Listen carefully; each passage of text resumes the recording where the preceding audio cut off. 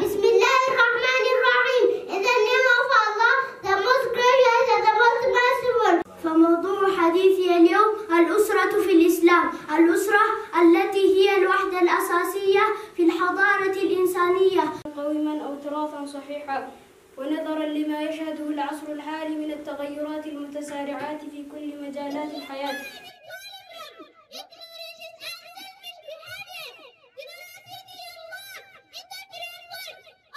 كتاب الإسلام قاف رسول جم بريفمه رسولة قاف يتبعوا بريفمه. حقوق الإنسان والعدل في الإسلام. يمنح الإسلام كثيرا من حقوق الإنسان لكل فرد. التي هي وحدة العصرية في الحضارة الإنسانية، وعن النوع من التفرق في الانحلال في حين أننا working to them in the act to them in mercy and their say